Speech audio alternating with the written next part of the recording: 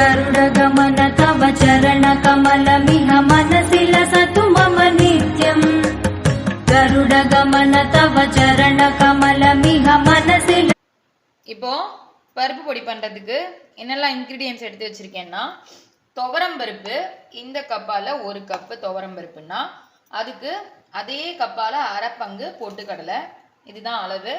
So ஒரு 1:1/2 1 பங்கு துவரம் பருப்புன்னா அரை பங்கு பொட்டுக்கடலை. அதுக்கு காரத்துக்கு எனக்கு கொஞ்சம் காரமாக வேணுங்கிறதுனால நல்லா ஒரு 50 கிராம் இருக்கிற மாதிரி மிளகா வத்தல் காஷ்மீரி ரெட் சில்லி எடுத்து வச்சுருக்கேன். இது நல்ல ஒரு கலர் கொடுக்கும். அதனால ஃபஸ்ட்டு நம்ம இதை வறுத்துக்க போகிறோம்.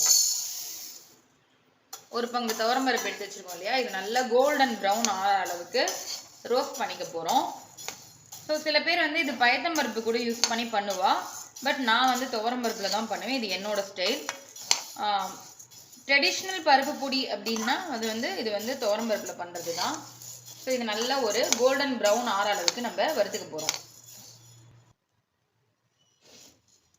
நல்லா அப்படியே ஒரு கோல்டன் ப்ரௌன் ஆகுது, உங்களுக்கு பார்த்தா தெரியும். இந்த துவரம் பருப்பு வறுக்கும் பொழுதே வந்து நல்ல ஒரு வாசனை வரும்.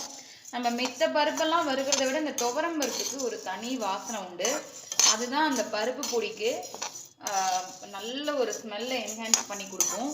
ஸோ இப்போது இது ஒரு பாதி வறுந்துன்னு இருக்கும் பொழுதே வறுப்பட்டு இருக்கும் பொழுதே எடுத்து வச்சுருக்கேன். இந்த பொட்டுக்கல்லையும் இதோட சேர்த்துக்கிறேன். அது சூட்லேயே அதுவும் வறுப்பட ஆரம்பிச்சிடும். ரெண்டையுமே ஒரு கோல்டன் ப்ரௌன் ஆகிற அளவுக்கு வறுத்தோம் அப்படின்னா போரும். ரொம்ப கண்ணங்கரைன்னு செகப்பாக வறுக்கக்கூடாது, கோல்டன் ப்ரௌனிஷ் தான், அந்த அளவுக்கு தான் வறுக்கணும். ஸோ எதுக்கு நம்ம பொட்டுக்கல்ல போடுறோம்னா நல்ல ஒரு கலர், ஒரு வெளுப்பான கலர் கொடுக்கும் இந்த பருப்பு பொடிக்கு. நல்லது அந்த க்ரீமி டேஸ்ட்டையும் கொடுக்கும். அதுக்காக தான் நம்ம பொட்டுக்கல்ல சேர்க்குறோம். சில பேர் வெறும் துவரம் பருப்பு மட்டும் வச்சு கூட பண்ணுவா. ஒரு சில பேர் இப்போ பயத்தம்பருப்பு ஆட் பண்ணி பண்ணுறா, அது கூட நல்லா இருக்குன்னு சொன்னால் நான் ட்ரை பண்ணது கிடையாது. நான் அதையும் ட்ரை பண்ணி பார்த்துக்கேன்னா உங்களுக்கு சொல்கிறேன். ஸோ வந்து இந்த அளவுக்கு கோல்டன் ப்ரௌன் ஆகிற அளவுக்கு வறுத்துடும். இப்போ இது நல்லா வறுப்பட்டுருது, பார்த்தா தெரியும் உங்களுக்கு. ஒரு கோல்டன் ப்ரௌனிஷாக இருக்கும். 1-2 கொஞ்சம் பிளாக்காகவும் ஆரம்பிச்சிருக்கு. இந்த ஸ்டேஜ்லேயே நம்ம இது தனியாக ஒரு இதில் எடுத்து போட்டுடலாம். இது நல்லா ஆறணும் நமக்கு. இதுக்கப்புறம் காரத்துக்கு காஷ்மீரி சில்லி நான் எடுத்து வச்சுருக்கேன் இல்லையா, அதை சேர்த்துக்கிறேன். ஸோ இதையும் லைட்டாக ப்ரௌனிஷ் ஆகிற அளவுக்கு நம்ம சூடு வர விளக்கு நியாயப்படி வெயிலில் வச்சு கூட நம்ம அரைக்கலாம். பட் கெட்டுடாமல் இருக்கிறதுக்காகவும் அந்த நல்ல ஒரு மொறுமொறுப்பாக இருக்கிறதுக்காகவும் தான் நம்ம இழுப்புச்சட்டியில் வறுத்துட்டு அரைக்கிறோம். ஸோ இதையும் ஒரு 2 நிமிஷம் சூடு ஏறினதுக்கு அப்புறமா தனியாக எடுத்து வச்சுக்க போகிறோம். அவ்வளோதான். இது கொஞ்சம் கலர் மாறி சூடு ஏறி கொஞ்சம் மொறுமொறுப்பாக எடுத்து இதையும் நம்ம தனியாக ஒரு இதில் எடுத்து வச்சுக்கலாம். இப்போது இன்னும் இதில் ஒரே ஒரு விஷயம் என்னென்னா, ஒரு 2 கொத்து கருவேப்பிலை, நிறையாலாம் இல்லை, 2 எதுக்கு அப்படின்னா நல்ல ஒரு வாசனை கொடுக்கும். நிறையா போடக்கூடாது, நிறையா போட்டோன்னா அது வந்து கருவேப்பிலை பொடி மாதிரி ஆகிடும். ஸோ இதில் வந்து 2 கொத்து தான் நான் போட்டிருக்கேன். கலர்லாம் அதனால மாறாது. இது ஜஸ்ட் முருங்குற அளவுக்கு, அதாவது ஈரமாக இருக்குது இல்லையா, பச்சையாக இருக்குது இல்லையா, ஸோ அது வந்து ஜஸ்ட்டு முருகிற அளவுக்கு நம்ம ஃப்ரை பண்ணால் போகிறோம். இதையும் நம்ம அதோட சேர்த்துக்க போகிறோம்.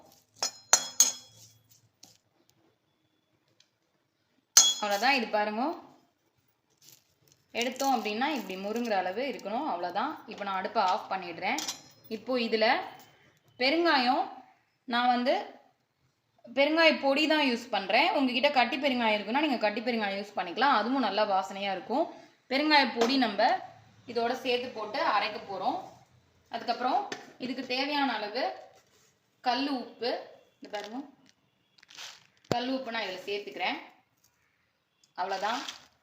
பெருங்காய பொடியும் கல் உப்பும் சேர்த்துட்டோம் அப்படின்னா இது நல்லா ஆறினதுக்கப்புறமா நம்ம அரைச்சி எடுத்துன்னு வர போகிறோம். உங்களுக்கு தேவையான அளவு நல்ல வாசனை வர மாதிரி நிறையாவே போட்டு அரைச்சிக்கலாம். கட்டி பெருங்காயமாக இருந்தால் வறுத்துட்டு போடணும், இதை வறுக்கணும்னு அவசியம் இல்லை. இந்த சூட்லேயே நான் இப்போது இதில் போட்டிருக்கேன். இது நல்லா ஆறினதுக்கப்புறமா இந்த கருவேப்பிலையுமே இதில் போட்டுற வேண்டியதான். ஆறினதுக்கப்புறமா பொடி பண்ணி எடுத்துன்னு வந்துட்டு நான் காமிக்கிறேன் உங்களுக்கு.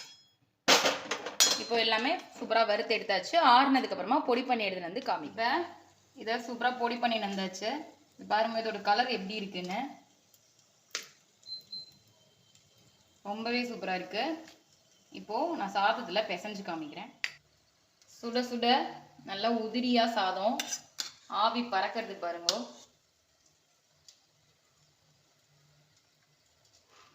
இப்போ இதில் நல்ல பருப்பு பொடி சூப்பராக இப்படி தூவிக்கிறோம். அதுக்கப்புறமா நெய், நல்ல நெய் கொஞ்சம் நம்ம தாராளமாக விட்டு சாப்பிட்டோம்னா இதுக்கு ரொம்பவே சூப்பராக இருக்கும். இந்த சூட்லேயே அந்த நெய் விட்டுறணும். நிறைய நெய் விட்டுருக்கேன்.